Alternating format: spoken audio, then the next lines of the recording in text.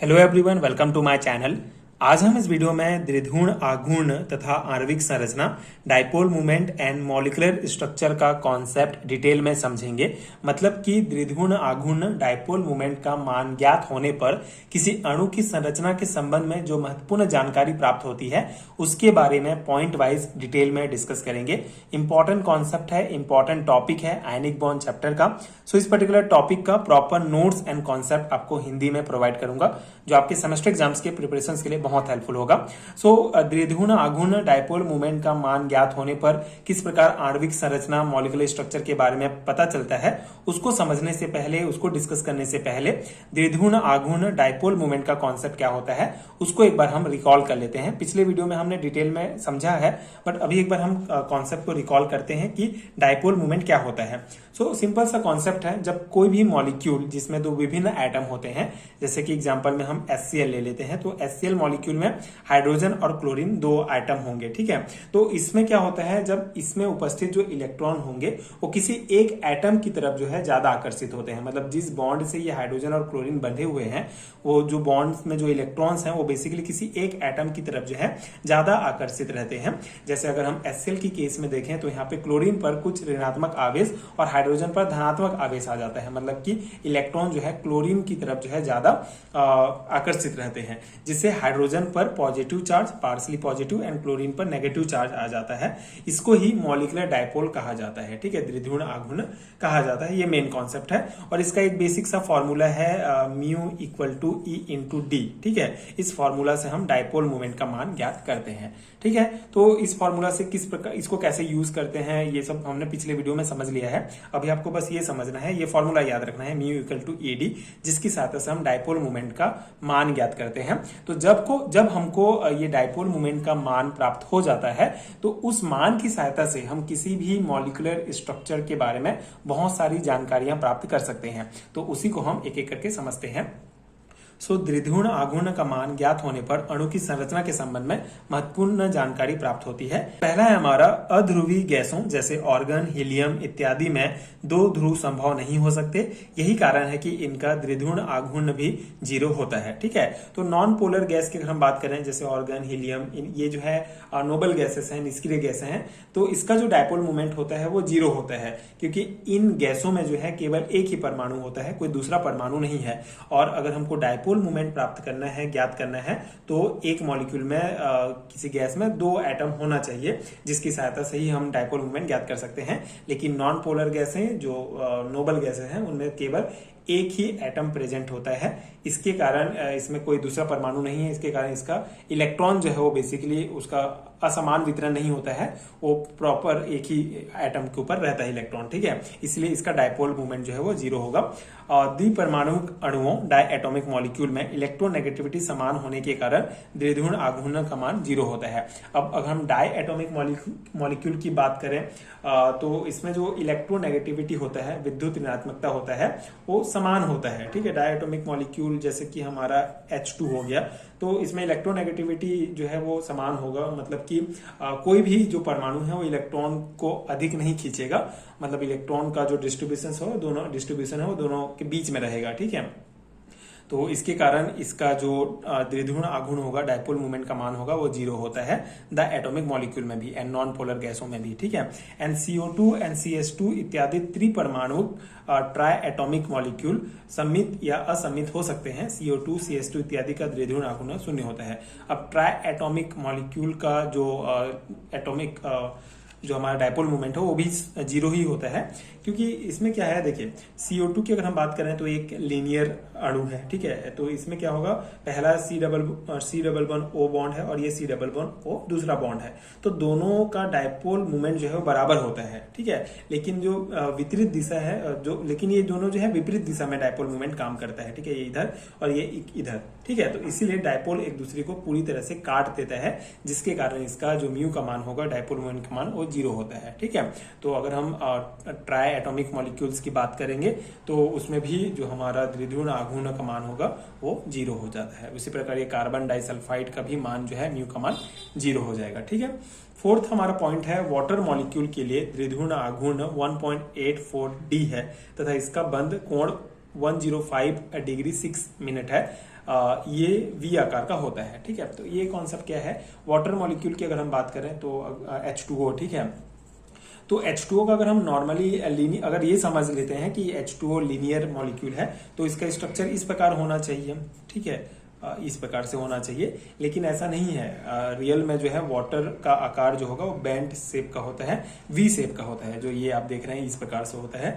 तो अगर इसका लीनियर होता, वाटर मॉलिक्यूल अगर लीनियर स्ट्रक्चर इसका होता तो द्विध्रुव आघूर्ण जो है वो 0 होता, लेकिन ये वी शेप का है, इसीलिए इसके बीच जो बॉन्ड एंगल है वो 105 डिग्री एंड 6 मिनट का बढ़ रहा है, जिसके कारण इसका जो डायपोल मोमेंट का मान है वो 1.84 डी होता है।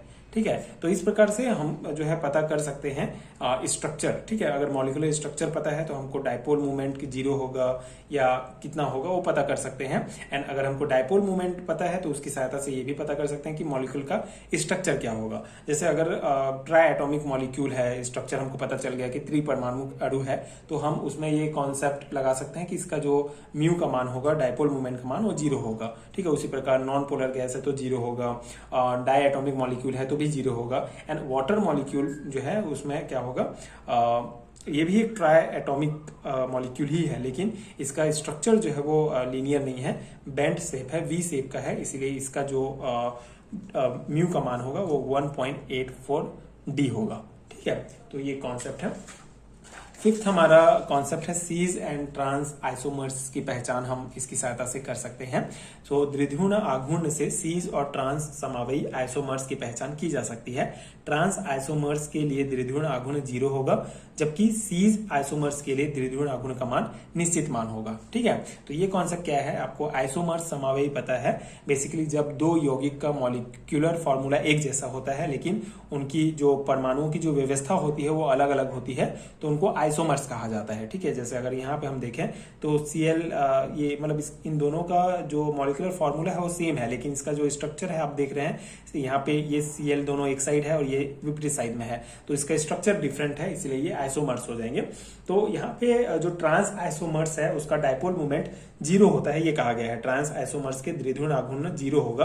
यहाँ पे कॉन्सेप्ट क्या है, जैसे कार्बन और क्लोरीन जो बॉन्ड है, CCl बॉन्ड है, वो पोलर होता है। तो यहाँ पे जो क्लोरीन होगा वो समान दिशा में आकर्षण उत्पन्न करता है। ठीक है, क्लोरीन इधर आकर्षण उत्पन्न करेगा, ये इधर करेगा, लेकिन यहाँ पे ट्रांस डाइक्लोरोइथेन में क्या है, दोनों क्लोरीन विपरीत दिशा में है, इसलिए दोनों का जो डायपोल है, ठीक है, विपरीत दिशा में है, तो ये दोनों एक दूसरे को काट देते हैं, जिसके कारण म्यू का मान जो है वो 0 हो जाता है। ठीक है, ये सिंपल सा कॉन्सेप्ट है। क्लोरीन जो है मतलब कार्बन और क्लोरीन के बीच जो बॉन्ड है वो पोलर बॉन्ड होता है, तो समान दिशा में आकर्षण उत्पन्न करेंगे। ठीक है, क्लोरीन, लेकिन दोनों विपरीत दिशा में उपस्थित है ट्रांस फॉर्म में, इसीलिए ये एक दूसरे को काट देंगे, जिसके कारण म्यू का मान 0 हो जाएगा। उसी प्रकार अगर हम सीज की बात करें, सीज फॉर्म की बात करें, तो यहाँ पे क्लोरीन और ये दोनों जो है एक ही दिशा में है।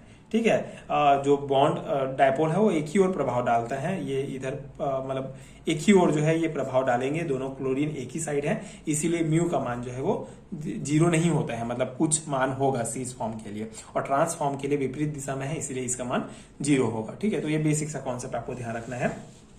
नेक्स्ट पॉइंट है हमारा चतुपरमाणविक टेट्रा एटॉमिक अणु। जैसे कि अगर हम AB3 टाइप के एग्जांपल की बात करें, तो यदि द्विध्रुव आघूर्ण का मान 0 है तो वो मॉलिक्यूल त्रिकोणीय समतलीय ट्राइगोनल प्लानर होगा और बॉन्ड एंगल 120 का होगा, जैसे BF3 and BCl3 इत्यादि।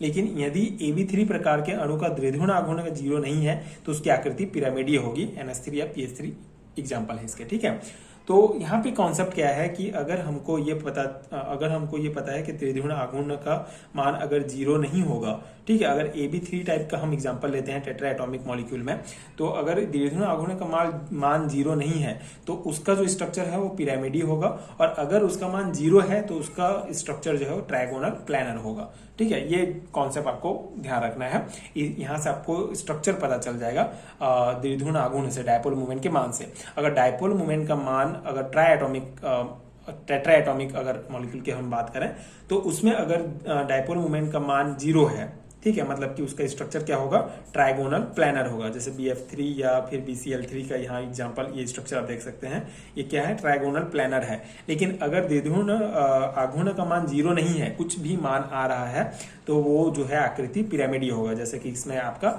NH3 एग्जाम्पल के रूप में आएगा। NH3 का एक जो स्ट्रक्चर है कुछ इस प्रकार से होता है, इसमें लोन पेयर होता है और इस प्रकार से ये हाइड्रोजन होते हैं, मतलब ये पिरामिडीय जो है इसका स्ट्रक्चर होता है। ठीक है, तो ये कॉन्सेप्ट आपको ध्यान रखना है। अगर डायपोल मोमेंट का मान 0 है तो उसका स्ट्रक्चर ट्राइगोनल प्लानर होगा, अगर 0 नहीं है तो वो पिरामिडीय होगा। ठीक है, ऑर्थो, मेटा और पैरा समवायी की पहचान, तो इसकी सहायता से हम ortho, Meta and para isomers की पहचान भी कर सकते हैं। ये भी बहुत सिंपल सा कॉन्सेप्ट है। जैसे अगर पैरा का डायपोल मोमेंट 0 होता है, मेटा का कम होता है, ऑर्थो का जो है सर्वाधिक होता है। इसका कॉन्सेप्ट के लिए हमने ये एग्जाम्पल लिया है डाइनाइट्रोबेंजीन का। तो यहाँ पे पैरा पोजीशन में है ये। ठीक है, जो NO2 है, NO2 ग्रुप है, वो बेसिकली समान दूरी पर है और विपरीत दिशा में है। तो यहाँ पे एक दूसरे को काट देगा इसका डायपोल, जिसके कारण म्यू का मान जो है वो 0 हो जाता है। लेकिन अगर मेटा पोजीशंस में है, मतलब कि ये जो डायपोल है पूरी तरह से कैंसिल नहीं होता है, इसलिए डायपोल का जो मान होगा डायपोल मोमेंट का म्यू का, वो 3.89 D होता है, मतलब कम होता है। ऑर्थो पोजीशन जितना नहीं होता है लेकिन कम होता है, लेकिन पूरी तरह से कैंसिल नहीं होता है, मतलब म्यू का मान 0 नहीं होगा। पैरा के लिए जो है म्यू का मान 0 होगा, लेकिन मेटा के लिए कुछ मान होगा, क्योंकि ये जो है थोड़ा सा एकदम विपरीत दिशा में नहीं है, मतलब एक दूसरे को कैंसिल नहीं कर सकते हैं। और ये जो NO2 ग्रुप है, यहाँ पे ऑर्थो पोजीशंस की बात करें तो दोनों जो है वो बहुत पास पास हैं। ठीक है, तो दोनों डायपोल लगभग एक ही दिशा में कार्य करते हैं, इसलिए इसका जो डायपोल मोमेंट का मान होता है वो ज्यादा होता है, 6.00 D। ठीक है, अगर इस एग्जाम्पल की बात करें तो इसमें ये होगा। तो यहाँ पे ये बेसिक सा कॉन्सेप्ट है। हम ऑर्थो, मेटा और पैरा पोजीशंस जो आइसोमर्स है उसकी पहचान कर सकते हैं अगर हमको डायपोल मोमेंट पता है। ठीक है, अगर हमको डायपोल मोमेंट का मान कुछ पता, मतलब अधिक मान प्राप्त होता है, तो ये पता कर सकते हैं कि ये ऑर्थो पोजीशंस में है। अगर कम मान प्राप्त होता है तो वो मेटा पोजीशन में है, अगर 0 प्राप्त होता है तो ये समझना है कि वो पैरा पोजीशन में है। ठीक है, तो ये बेसिक कॉन्सेप्ट है। इस प्रकार से अगर हमको डायपोल मोमेंट का मान प्राप्त है तो हम आणविक संरचना, मतलब उसका मॉलिक्यूलर स्ट्रक्चर के बारे में पता कर सकते हैं। और अगर हमको मॉलिक्यूलर स्ट्रक्चर के बारे में पता है तो उसकी आणविक संरचना के बारे में भी हम बेसिक आइडिया लगा सकते हैं। तो ये हमारा द्विध्रुव आघूर्ण डायपोल मोमेंट का कॉन्सेप्ट कवर हो जाता है। आई होप कि आपको समझ में आ गया होगा एंड ये नोट्स आपके एग्जाम प्रिपरेशन के लिए हेल्पफुल रहा होगा। अगर आपको पेड हैंड नोट चाहिए तो नीचे डिस्क्रिप्शन बॉक्स में आपको PDF स्टोर का लिंक भी मिल जाएगा, जहां से आप नोट्स डाउनलोड कर सकते हैं। एंड अगर ये वीडियो हेल्पफुल है तो आगे की वीडियोस देखने के लिए आप चैनल के साथ जुड़े रहिए। Thank you so much for watching.